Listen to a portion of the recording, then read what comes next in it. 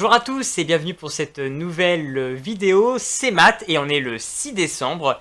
Et aujourd'hui pour cette vidéo, je vais donc accueillir un auteur. J'accueille Arnaud Druel, l'auteur de L'Enfant Pan aux éditions Gulfstream.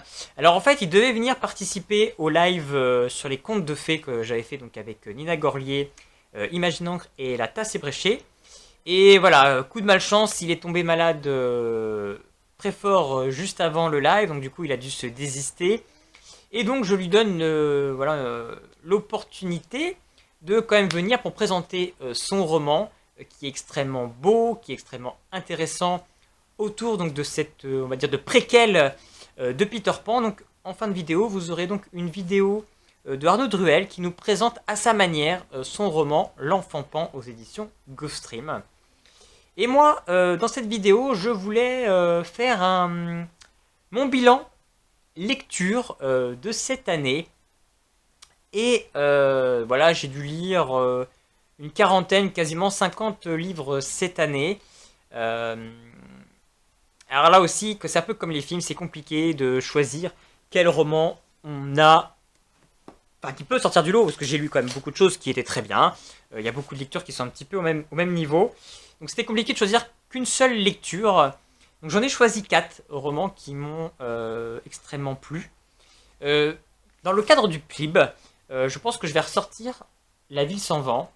Je l'ai lu dans le cadre du PLIB de Éléonore de Villepoix, aux éditions Hachette. Vous pouvez retrouver ma vidéo en critique sur ma chaîne. Et voilà, c'était ma lecture, moi je pense. C'est pas ce que j'ai voté pour le PLIB, parce que j'ai voté Rocaille pour diverses raisons. Mais voilà, La Ville sans vent, moi, a été un roman qui m'a extrêmement plu. J'ai aimé l'écriture, j'ai aimé l'histoire un petit peu politique, j'ai aimé qu'il n'y ait pas d'histoire d'amour et qu'on ait plutôt une relation entre un grand frère, enfin, ces différences d'âge où on a deux tons un petit peu dans le roman, qui a une très bonne histoire qui est extrêmement prenante, et moi j'ai vraiment beaucoup aimé, et ça a été vraiment un gros coup de cœur, donc j'avais envie de le souligner parce que c'est ce qui aura marqué mon PLIB 2021. Également, je tenais à ressortir quand même La vie invisible d'Adi Larue aux éditions Lumen, de V.E. Schwab, parce que V.E. Schwab, c'est indéniablement une autrice qui me marque et qui à chaque roman arrive à taper juste. Et voilà, j'ai extrêmement aimé, je pense que c'est un roman qui m'a quand même touché, qui est extrêmement bien écrit, qui a une extrêmement belle plume, qui était peut-être plus contemporain dans ce que je peux lire. Il y a juste la fin qui a fait que ça n'a pas été un coup de cœur complet, mais voilà, c'était du très bon et ça a quand même marqué. C'est un livre que je vais me rappeler longtemps, je pense. Donc ça a quand même marqué mes lectures. Il y a également L'île de Vincent Villeminot chez PKJ. Encore une fois, Vincent Villeminot, j'ai encore envie de le dire, c'est un auteur qui ne me laisse pas insensible, qui à chaque fois qu'il écrit quelque chose, c'est percutant. Et là, on est clairement dans le genre que j'aime lire, ce côté post-apo. C'est vraiment mon domaine et je trouve qu'il a extrêmement bien fait. Je trouve que ça fait écho avec tout ce qu'on a vécu avec le Covid, le confinement. Et donc c'était un roman extrêmement réussi, mais qui m'a plu. Alors limite, j'aurais envie de dire qu'effectivement, c'est peut-être le roman que j'ai peut-être le plus aimé cette année. Mais voilà, c'est facile parce que c'est mon jour de prédilection. Donc forcément, j'aurai beaucoup plus d'attache et j'aurai forcément beaucoup plus d'enthousiasme à lire ce livre. Forcément. Mais voilà, c'est quelque chose que j'ai beaucoup aimé. Et après réflexion, c'était ma première lecture de l'année finalement. Et j'ai envie de dire que... Est-ce que c'est le roman que j'ai... Enfin, comment dire? C'est le roman que finalement que j'ai envie de dire qui m'a le plus touché, qui m'a véhiculé le plus d'émotions.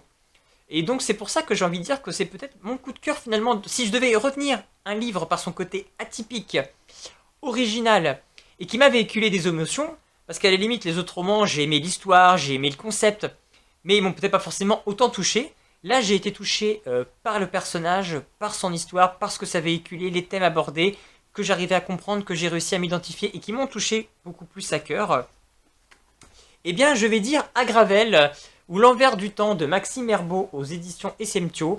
Et ouais, je trouve que ce roman, moi, cette histoire de ce vieillard en maison de retraite qui va peut-être vouloir corriger peut-être sa vie, remonter dans le temps, je trouve que ça a eu un écho extrêmement puissant, ça m'a extrêmement touché. Et je trouvais ça original d'avoir un héros vieux pour une fois, avec ses problèmes, où on nous dépeint les vieux comme on peut les voir, avec ce côté acariat qui ont usé de la vie et qui font chier tout le monde.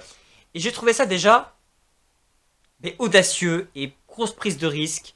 Et voilà, moi je trouve que voilà, un public jeune, je pense, ne va peut-être pas forcément adhérer à ce concept, mais moi je trouve que voilà, j'ai eu le recul pour comprendre ce roman et en apprécier toutes les saveurs et toute la poésie finalement. Et moi j'ai envie de dire, ouais, ce roman, de ce que j'ai lu cette année, ben, je vais m'en rappeler parce qu'il est atypique, il change du commun et c'est quelque chose que je n'ai pas vu ailleurs. Et c'est pour ça que ben, j'ai eu envie de le dire parce que c'est mon roman de l'année, c'est Agravel de Maxime Herbeau. Donc voilà un petit peu pour mon tour de piste de mes lectures. N'hésitez pas vous à me laisser en commentaire pour me dire également ce que vous avez aimé vous comme roman cette année. Et puis en attendant, ben, je vous laisse donc avec Arnaud Druel qui va donc nous présenter son roman L'Enfant Pan aux éditions Gulfstream. À demain! Bonjour à tous, je m'appelle Arnaud Druel, j'ai 46 ans et je suis l'auteur d'un premier roman intitulé L'Enfant Pan. Je suis aujourd'hui principal adjoint dans un collège de Gironde. Alors L'Enfant Pan, c'est un projet qui a émergé dans mon esprit il y a 8 ans et que j'ai pris le temps de mûrir pour en faire le texte qu'il est aujourd'hui. Il s'agit d'une réadaptation de l'œuvre de Peter Pan de James Barrie, une sorte de préquel qui nous emmène aux origines du personnage et de cet univers. L'idée, lorsque je l'ai écrit, était de ne trahir en aucun cas l'esprit de l'œuvre originale, mais au contraire de réinventer cet univers en créant de nouveaux personnages et en apportant des éléments qui permettent de mieux comprendre comment Peter est devenu Pan, pourquoi c'est un enfant qui ne peut pas grandir. C'est donc un récit qui parle d'enfance avec tout ce que ça comporte à la fois de légèreté, de naïveté et d'innocence, mais aussi de noirceur et de violence. Le roman est ancré dans le Londres de la fin du XIXe siècle, qui est celui de l'époque victorienne et du fameux Jack l'Éventreur. Je l'ai construit en m'appuyant sur des recherches documentaires que j'ai effectuées pour coller au plus près de cette réalité historique. Ainsi, j'y évoque la vie des gamins des rues, livrés à eux-mêmes à cette époque, et comment la société britannique a tenté d'endiguer avec plus ou moins de bonheur ce phénomène en les accueillant dans des sortes de maisons d'éducation appelées Industrial School. Tout commence quand Peter, un jeune orphelin de 12 ans, méfiant et taciturne, est placé par la justice dans une institution privée, l'Oiseau Blanc. Là-bas, il se heurte à un autre garçon nommé Eddie Squealer, qui va vouloir lui rendre la vie dure. Très vite, les adultes reprochent à Peter d'être à l'origine d'incidents. Se considérant victime d'injustice et cherchant à fuir ce monde, Peter accepte une proposition de drôles de petites fées, des sylphes, qui lui apprennent à voler et lui permettent de trouver refuge au pays de nulle part. Il va y vivre une parenthèse dorée avec un garçon de son âge, Egon, le seul autre enfant qui s'y trouve. Celui-ci lui fait découvrir l'île du Pan et ses créatures fabuleuses.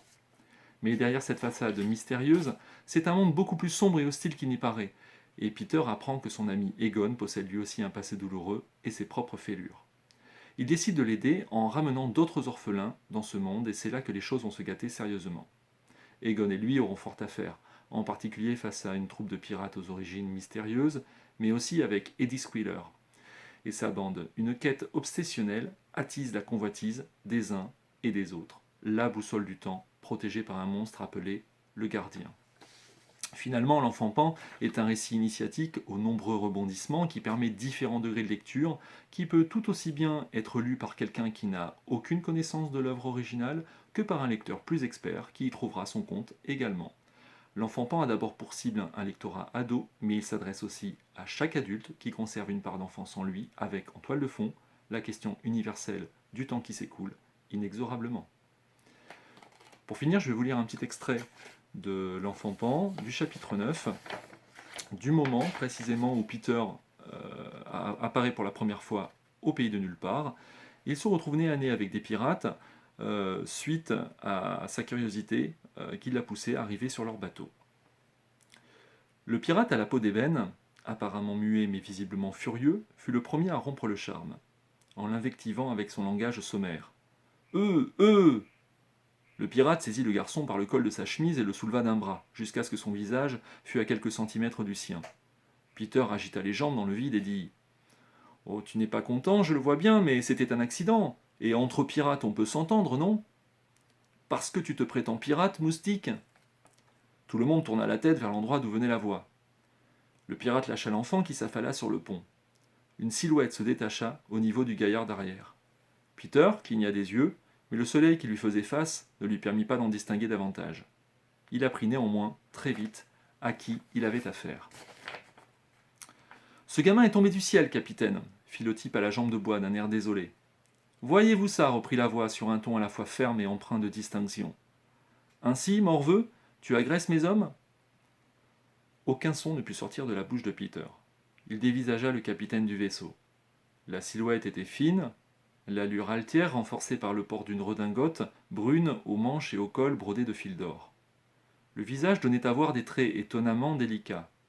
Des joues lisses, de grands yeux clairs aux longs cils, une petite mouche sous le nez, l'ensemble auréolé d'une longue chevelure couleur d'airain soigneusement nouée par un ruban de velours pourpre. Peter ne cachait pas sa surprise, lui qui s'était fait une image bien différente de la piraterie. Même s'il savait que celle-ci n'était pas réservée exclusivement à la gente masculine, il ne put s'empêcher de clamer « Vous êtes une femme ?» La réponse fut cinglante. « Sache que je suis la capitaine Jane Crone, et toi tu n'es qu'un misérable vermisseau qui n'aurait jamais dû se trouver sur mon Jolly Roger. Sais-tu ce que nous pirates faisons aux avortons de ton espèce ?» Peter réprima un frisson. Il préférait ne pas connaître la réponse. Elle laissa planer un instant de silence, puis lança négligemment « La planche, jeune freluquet, la planche !» Puis se penchant vers lui, elle lui glissa à l'oreille. « Et je crains qu'il y ait quelques squales affamés, de petits parasites dans ton genre, autour de mon bateau. » Merci pour votre écoute. Au revoir.